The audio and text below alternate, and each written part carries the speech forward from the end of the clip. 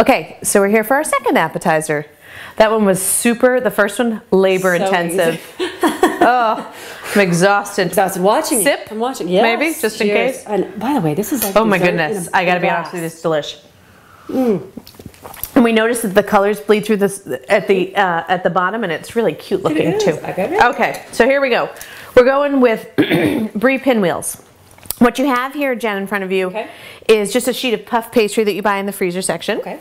So you let it thaw for a little bit. This one's not super thawed, so what I'm going to tell you is once we roll it up, if it's feeling really soft, you can put it in the freezer before you slice these. But just so you know, we're pretty good on this one. Okay.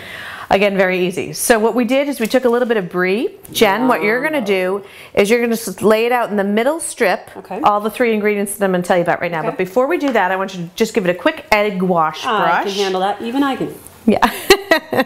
So it's just an egg beaten with a little bit of water. Done. And you're preheating your oven to 400, which is basically the directions according to the puff pastry package. And once you do that, we have 3 ingredients that we're throwing in there, a little festive for the holidays. Brie, craisins, and pistachio nuts. Look at you in the red and green. You know, so do what I can. But again, all these can be bought at the expensive grocery store that you've stopped at on the way home from work, when you probably have a run in your nylons and your heels hurt.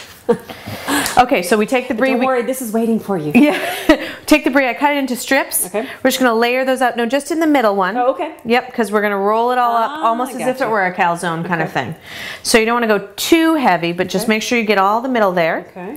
And once you get all those in there, make sure you cut the rind off of the brie. Some people like it, like my mother, but not so much for me. Yeah, me either. Yeah, no. I know, I'm not a big fan. Okay, is that too much? Is there any it's a lot. Thing? That's a lot, but we'll be good. We'll be good.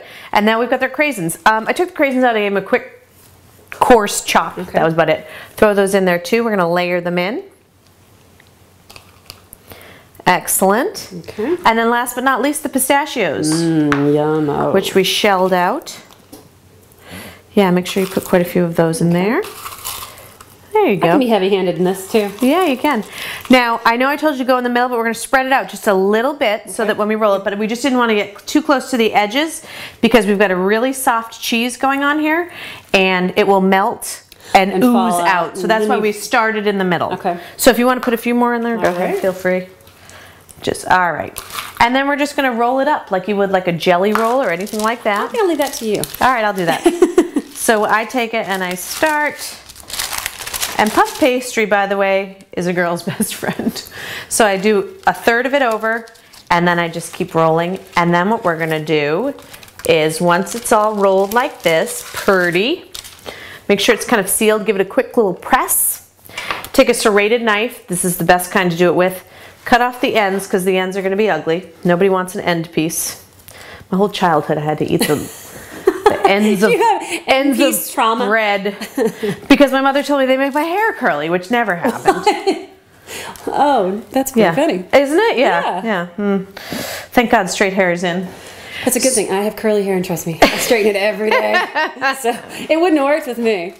So we just cut these up. As I said before, if you find that your dough is a little too soft, you can throw it in the freezer for about 20 minutes, just so it firms right up so you get a nice pinwheel cut. Look how pretty those are. I know, aren't they gorgeous? Really? And then we put them, space them out. I wouldn't do more than 3 on a row because they're going to expand and they're going to puff up as puff pastry is wont to do.